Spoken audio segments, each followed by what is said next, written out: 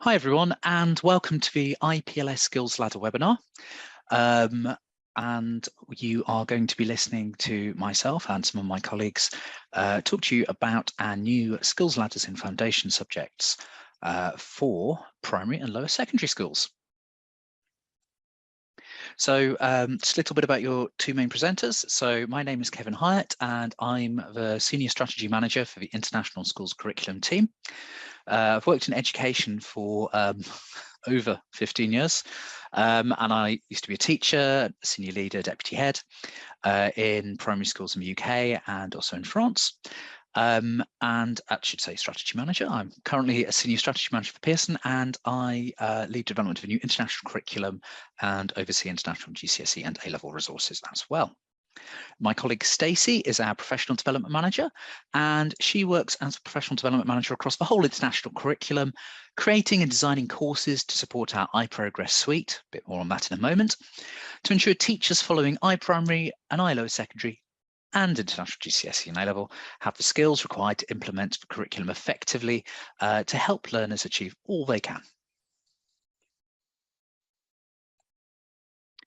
Okay, just before we start, I'm just going to share with you an action plan. It's because there's going to be some practical questions and activities and discussion as well in this webinar, and some things hopefully for you to think about you can take practically into your classroom as well. So there's no requirement to do this, but it might be helpful if you just have a think about any actions that you might like to take forward from this webinar, or things you'd like to try in your own classrooms or your own schools, and who those actions will be taken by, and also to time limit them so you can record or review the effectiveness as well. So the session outcomes today, as I mentioned, we're going to be talking about skills ladders. We would hope that people go away really excited about implementing IPLS skills ladder curricula in classrooms in a variety of settings. We're going to have a look both an overview and in more depth at the actual skills ladder curriculum and the schemes of work that go with it, and how they ensure good progression all the way through primary and lower secondary to international GCSE and beyond, and how they embed the skills required for future success. We'll have a look at both how the lesson plans and the other elements of the course embed active learning, critical thinking, and assessment for learning.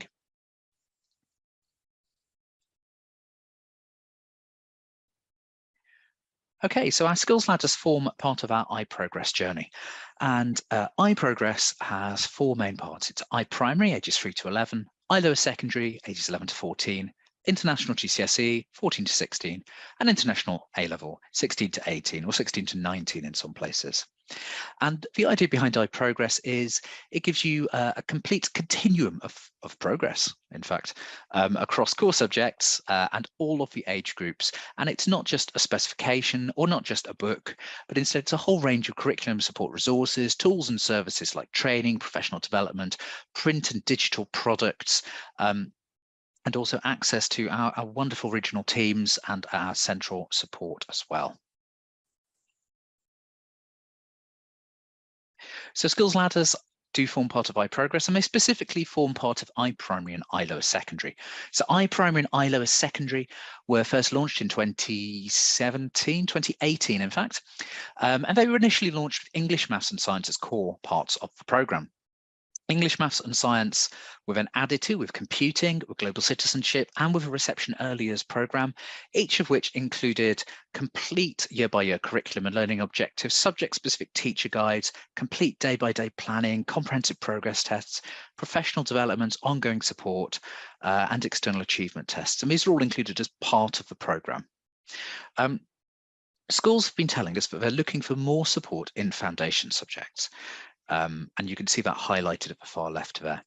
So when looking at supporting foundation subjects, there were potentially a few issues around the localization of content. So schools primarily wanted support in history, geography, PE, music, art and design and technology. Those were the top 6 subjects that came up. But in a lot of cases, we found that schools would hang the teaching of skills off specific and relevant knowledge. I mean, that's easier to make it international in things like English or maths or science. But for a lot of these things like history, you can imagine actually what would be taught in a UK school actually isn't very relevant or interesting to children in other settings. So instead, we looked at the skills elements of those things. and looked at the best way to support teaching in these areas. We then decided through research and working with schools that the best elements of support we could take forward and put in place for these 6 new subjects all at the same time were the curriculum, detailed schemes of work, guidance documents, and example lesson planning as well. And I'm going to just talk about each of those in a little bit more detail now. So firstly, the curriculum. So the curriculum itself, as mentioned, is a skills-focused curriculum. It provides a clear progression map towards international GCSE with really detailed learning points for every year, so you can know where students are, where they should have come from, and where they're heading next. And the elements within the curriculum are broken down into key skills, which repeat year on year at increasingly demanding or complex levels to ensure that progression. The curriculum also covers the skills requirements of the English national curriculum in that subject. So as well as preparing you for international GCSE, it also provides a good solid preparation for UK GCSE if you took that route.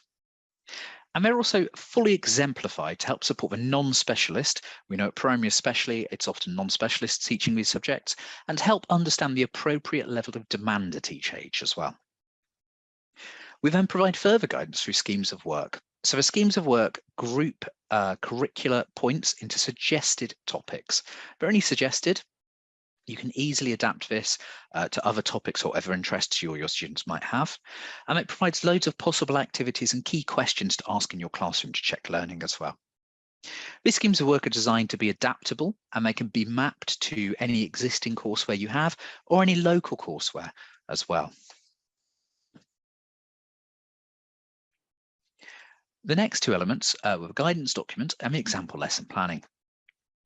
So the guidance document gives extensive detailed guidance on how to teach that curriculum in a variety of settings, and how to adapt that curriculum to match your local courseware and also your local setting as well. We know that these skills will be addressed very differently in a city school to a village school, never mind from country to country. And there's examples and advice in there on how to support tricky topics and exactly how those lessons can be adapted as well. This is further supported by the example lesson planning. So the example plans show exactly how to adapt that curricula to a variety of different settings and make it relevant to learners in your country, in your locality, and at the level that they're working at as well. The example lesson planning has been written by a mixture of curriculum experts, people who actually authored the original curricula, examiners and master trainers, as well as schools actually teaching these curricula as well. And we're adding to this example lesson planning all the time to try and increase that broad range of examples to help support you in your own planning. So in a second, my colleague Stacey is going to talk in a little bit more detail about the different elements that I've spoken about here and how they're put together to create a good experience for your students and help them reach their potential in these subjects. You can see here that a list of the subjects that IPLS has, and that's available to you. Global citizenship is a bit of an outlier at the top there, but it's an extra. But the skills ladder subjects are the 6 below: geography, history, music, DT, art, and PE. In this webinar, we're going to take a closer look at art.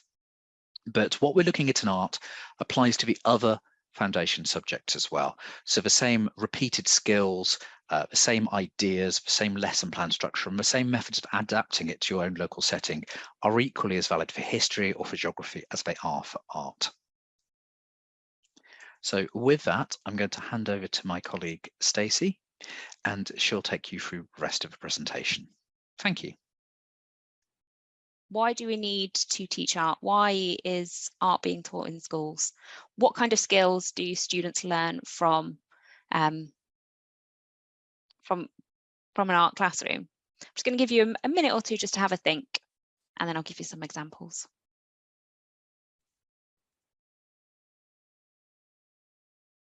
If you can go on to the next slide, please, Kevin.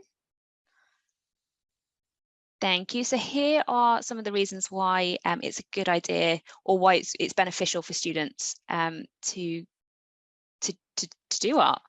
So it enriches the experience of studying whilst at school. It encourages self-expression and creativity. You can kind of let your students kind of let go in the art classroom. It builds confidence within the student themselves. They build a sense of individual identity. It will develop their critical thinking skills and develops a deep knowledge of different art forms, media and techniques. And it develops those all-important transferable skills such as problem solving, project management and communication. It also helps to improve students' well-being and improves their health and overall happiness. And it is that welcome relief of pressure of formal study. So they're just a few reasons why art is a good thing to teach in your school. Next slide, please. Thank you very much.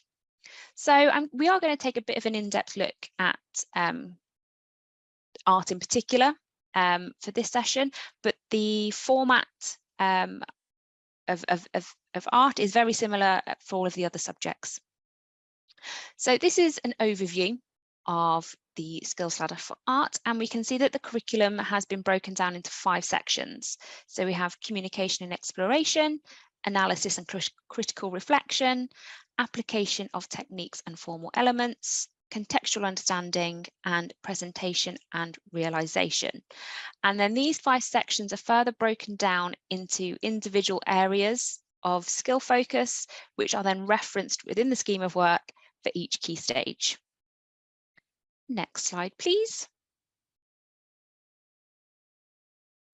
So, as Kevin mentioned earlier, Skills Ladders really looks at developing those skills that students will need within that particular subject area. So within art itself, the skills ladder, the scheme of work, the curriculum documents encompasses a whole range of skills and knowledge that students will develop from year 1 to year 9.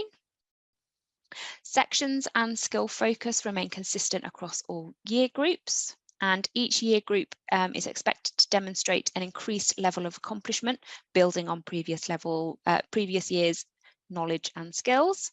And skills focus is differentiated by outcome as well. So if you have that need to differentiate within your classrooms, it's already there for you.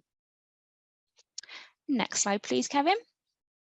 So I'm just going to give you a very quick overview of what some objectives look like. And these objectives under each strand are clearly labelled. So you can see that we're looking at communication and exploration for year 2 and then year 8. And then next slide. And then you can see that the skill focus stays the same through all of the year groups on the right-hand side under guidance. And the depth and challenge of the activities that are linked to the skill focus on how the skills are developed and how you should be developing those skills within your classrooms. So these objectives are all within the curriculum documents that you can find on the platforms that host IPLS. Thank you very much, Kevin. Didn't even need to ask you this time. So just a quick overview of what the schemes of work are and what they look like. So you'll see on the right-hand side the documents there. And they help to contextualize learning for students and also provide an opportunity to allow the work produced in each of the lessons to be linked together. So they are a series of thematic projects/topics. They last approximately half a term in primary and a term in lower secondary. And they provide a framework to create your own bespoke scheme of work as well. Next slide, please, Kevin. And this is just an extract from year 7. So you can see that we have the objectives are grouped into themes and topics, and you can focus then your activities around them. Thank you very much. So we're now going to have a look at how you would potentially plan a lesson using the schemes of work that we have.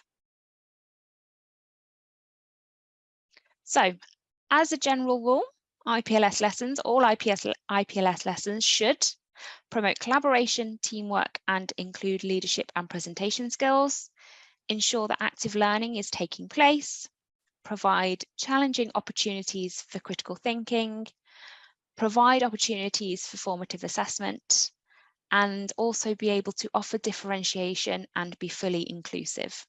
So that is a kind of what every IPLS lesson should in theory have.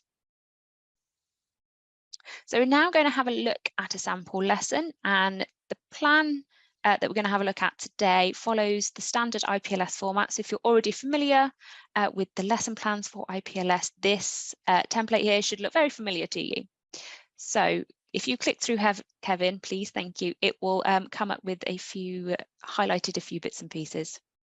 So here we have all of the the general information, the main focus, the prior knowledge, the pre-teaching information that you need your students to know. Next, please, thank you. And then we have our starter. So this is what you would do at the very beginning of your lessons. Your main activities, these will include your differentiation activities if and when needed. Then we have our plenary and reflection activities, which consolidate all of your students' learning and then gives you the opportunity to assess where your students are. And then we have any additional activities, whether that could be for homework or if you have additional time in class. And then a list of possible resources. So all of the IPLS lessons that we have already for you all go through that same format, and hopefully they should be it should be familiar for those of you who are already using IPLS. So if we take a look at the objectives on the right-hand side for the pre-teaching information, you will have to, as a teacher, you will need to think about any prerequisite skills that your students might need to check that your students will need during this lesson, apologies, and then what vocabulary you might need to have on display that you want them to use during the lesson. So these are the kinds of things that we need to be thinking about when we're starting planning lessons or starting teaching. And the next slide will give you just a few suggestions. So for curriculum objectives around recording ideas visually and then verbally, we need to be able to ensure that students have the key vocabulary of primary colours and all the materials that potentially are needed when painting. And then your prior knowledge, you just need to kind of double check that your students know what brushes that they might potentially need and that they can name the primary colours before you start your lesson. So that was the pre-teaching information. Now let's take a quick look at the starter. So that most IPLS lessons are designed around a 3-part lesson model, a starter, main activities, and a plenary. So with the starter, we need to introduce the lesson as a whole and the topic that you as a teacher and the students will be working on. So we kind of need to ask 3 questions when we're looking at our starters. How can we introduce the lesson in an engaging way? Can we start with a big question? Is there a question that we can ask the students to answer? And by going through the lesson, hopefully at the end of the lesson, they'll be able to answer that big question. And are there any active learning opportunities available to us in the starter? So if you click onto the next slide, please, Kevin, it will give you some suggestions. So starters around asking children what their favourite colours are. Your talk partners are your active learning opportunities, and kind of asking them questions around why do you think it's important, putting themselves in an artist's shoes. And then you also have the opportunity for kind of watch out fors. So if you see students that are potentially struggling in particular areas, the starter is a good way for you to have a look at and assess if you have any of those students that might need that extra bit of support. So if we now move on to our main activities. So within your main activity, you will need to consider differentiation. All students learn differently and at different paces, and so it's always a good idea to consider differentiation in all of your main activity lessons. And one way to enable you to kind of embed differentiation in your lessons is to use TOGS, the acronym TOGS. So T stands for task, O stands for outcome, G stands for grouping, and S stands for support. And by using one of those acronyms, one of those letters, you can then differentiate your main activities. So if you can click next, Kevin, then you can see that we've offered a suggestion for a core activity here. And this is where the majority of your students would be able to do this activity with maybe a little bit of guidance, but should be able to do this by themselves. So we have using sketchbooks and discussing kind of landscapes, so painting with talk partners. So there's your active learning strategy there. And then we have the assessment focus for our core group as well. So you can see at the very bottom, so we have the ability to identify and then using appropriate vocabulary to describe. This will provide you with the knowledge of where your students are, what students might be struggling, or which students are excelling as well.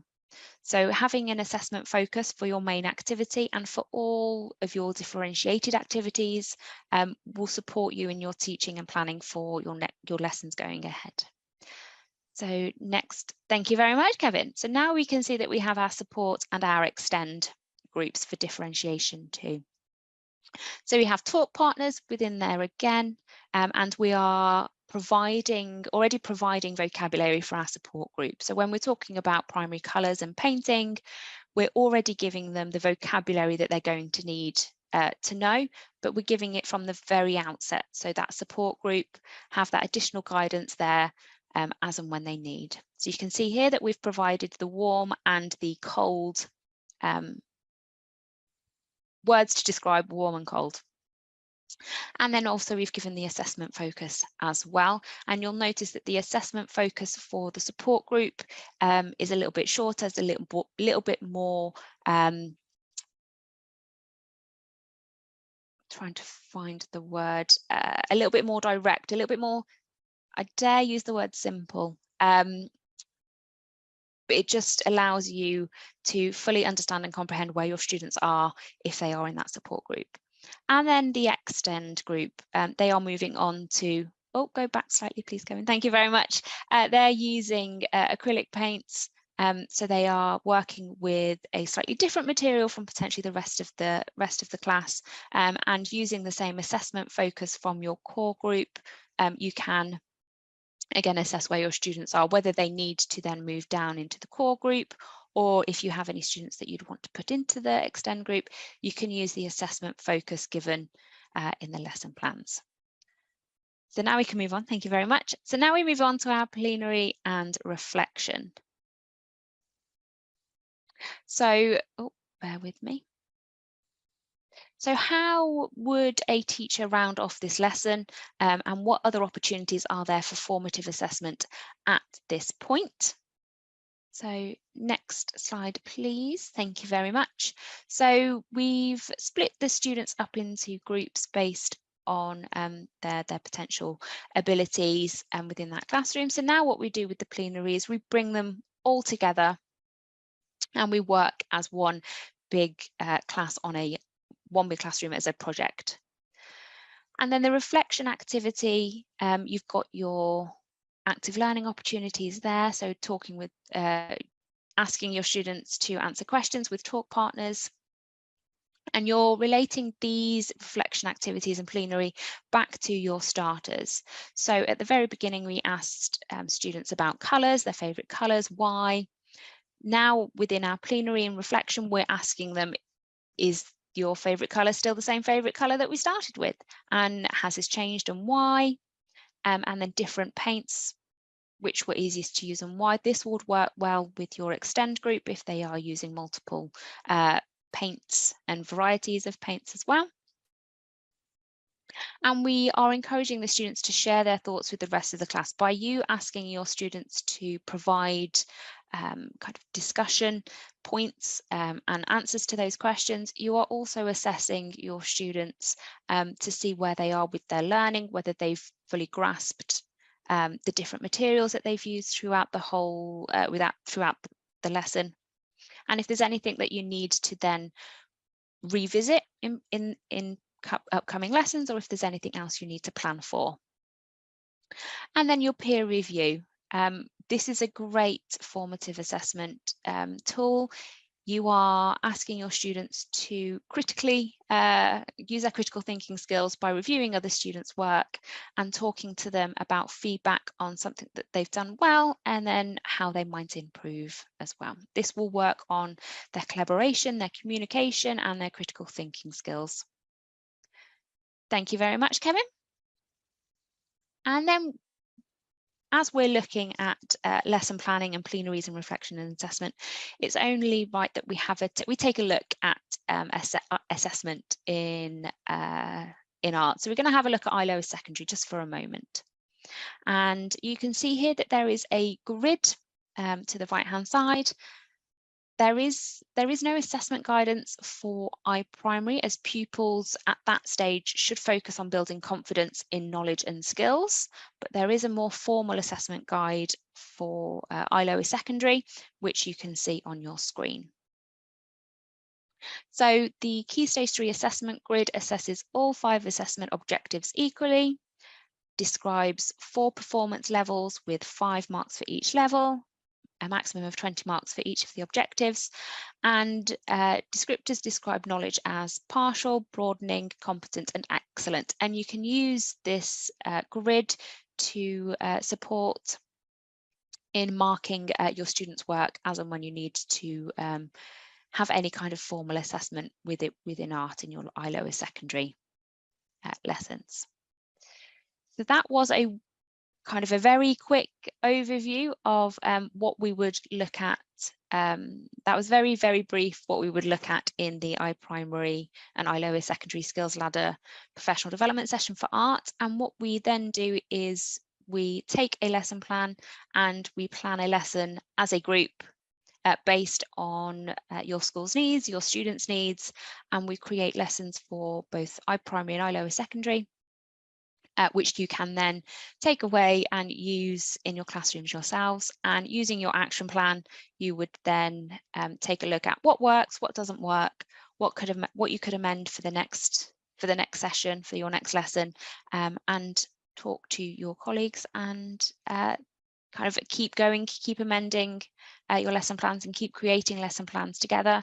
And before you know it, you'll have a bank of lesson plans that you can just pull from and ensure that they work for your students. So thank you very much. That was a very quick whirlwind tour of what the lesson plans can look like for skills ladders. Are there any questions? Sorry, there was a question in the chat that I will bring up now. This is from Labia. You may have covered this off in the content already, so apologies if so. Labia asked, do we necessarily have to start from year 1 and continually from class to class, or can we start with year 1 to year 9 at once and keep moving it on? So Kevin or Stacey, what's the response to that? No, you don't have to start from year 1. You can access the content at any point. Obviously, if you start with a later year group, it's a good idea to have a look at the previous year's curriculum as well. So you can see the prerequisites. That's a nice, easy way to do it because it's built on those themes as Stacey showed. And you can even pick and choose the content you'd like to access. But again, you just have to be very careful with those prerequisites. Okay, that makes sense. Thank you, Kevin. I don't see any other questions in the chat at the moment. I'll give it 30 seconds or so if anyone has anything else they'd like to ask our panel while they're here. I think there's a question actually about why lesson planning is necessary. Oh, yes, I hadn't spotted that. I think. So, I mean, if you're incredibly confident in a subject, you don't necessarily need lesson planning. You could just use the curriculum to ensure that you're following that progression towards later year groups. But if you aren't, or if you can't hold in your head that progression that you want those students to go over the course of a term or several terms, then lesson planning just helps keep you on track. So even if you're creating it yourself, like when I was teaching, even if it was a very brief lesson plan, it would always be helpful. So I knew I was covering core objectives. I knew I was working towards like an end point or a tangible outcome. And if you're in a larger school as well, it can be quite useful so that you can all be roughly at the same point, covering roughly the same content. So when those students then go on to the next year, you've got a really clear idea of what they've already done and what they already know.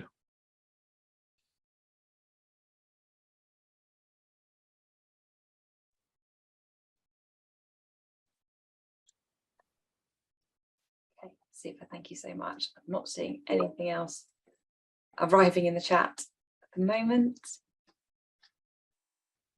There's a question about why we're not getting complete lesson planning like we are in English and maths. So that's a good question.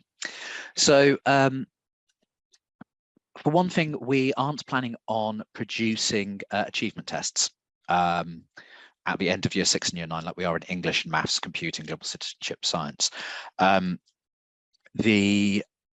Commonly these subjects tend to involve a lot of local content, which is right, because I mean I can't imagine a child in Kenya or Ho Chi Minh City would be massively interested in some of the stuff that a child in the UK looks at in a history lesson. It's just not relevant to them. So trying to create skills-based exams for children of that age is incredibly tricky to administer.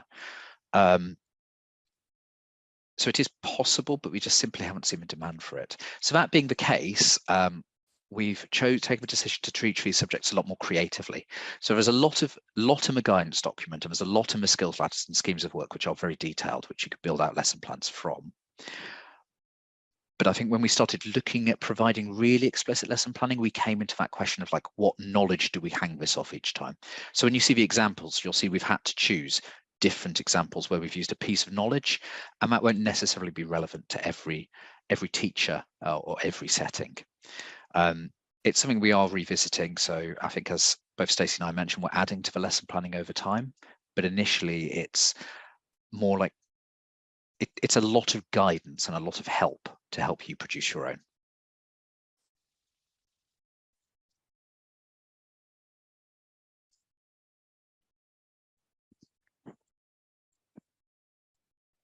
Thank you, Kevin. I think the follow-up comment from Emmanuel feels more like a comment than a question, but if you're reading that a different way to me, please. No, I think it's they won't have a local content exam. No, they won't, but they also won't have an exam in history or PE or design at year 6 or year 9. We're not producing examinations in those subjects, and actually I don't believe our competitors do either, for pretty much the same reasons. It's about localization of knowledge in those subjects. Thank you. There's another question from Labia. Which specific skills do we focus on enhancing in the children with this subject? So it does depend on the subject. In each case, I mean, when you look at the skills ladders and you look at the curriculum, you'll see that in each case, each subject has identified kind of 5 or 6 broad skills areas which are revisited in depth over time. It does depend on the subject, though, so we'd have to look at each curriculum in turn. We're getting lots of nice questions in now. One from Makotso: can we mark content or spelling or grammar, especially in lower grades? You can. So I mean, we would in our English lessons, and maths and science to an extent. So, but I think in these subjects, as long as you're still really focusing on the skills. So if you're addressing the skills within the skills ladders and the curriculum, that's the main thing. I'd still advise that you do take note of spelling or grammar issues, but if a child has produced an amazing historical piece of work that is totally understandable, and that's the whole point of the lesson, then give them improvement points on the spelling or grammar, but don't mark them down for it, I'd suggest. Okay, IGCSE. Yes, so they won't have been pre-taught the content for international GCSE where there is set knowledge. However, all of the international GCSEs in these subjects are designed so you don't actually have to have done prior learning of that knowledge, but they do expect you to have the skills in order to effectively present and explain that knowledge. Thank you, Kevin. That's helpful qualification. Another question now: how can you integrate STEM to discipline science like the IGCSE biology? Okay, so oh, this is broad. So I can't answer this quickly. What I can say, and I'm going to do a shameless plug, is Next year, at the end of March, April time, we're releasing new teacher support for international GCSE, part of which does include like biology, chemistry, physics, which includes integral links to teaching STEM. We're also releasing a primary science program which has loads of STEM links, and that's again March next year. Thank you, Kevin. I hope that answers your question, Linda. There's a lot coming from Pearson, so watch this space. Okay, is there anything else coming through? Possibly not. Is that teacher's silence waiting for those last bits, those last hands to creep up again? No, I think maybe that is everything. Okay, I'm calling it. Right. Thank you all so much for submitting those questions. I think that's probably helped clarify things in the minds of other participants as well. And thank you, Kevin and Stacey, for such an informative session today. That was a really great introduction. So this concludes our webinar for today. So quick summary on next steps for everybody on the call. At the end of this webinar, you'll receive a feedback survey, and we would really appreciate if you could fill that in. It helps us understand whether what we've presented to you today has been useful and how we can continue to improve what we share with you in these sorts of sessions. We will have a recording of this webinar available about 48 hours after the end of the session, so you can review it and access it at your convenience. By all means, share with some colleagues and keep spreading the word around. Okay, so we hope you found the presentation useful, and nothing remains to me now other than to say have a fantastic rest of your day, take care, and we hope to see you at one of these events again soon. Thank you very much, everybody. Thank you.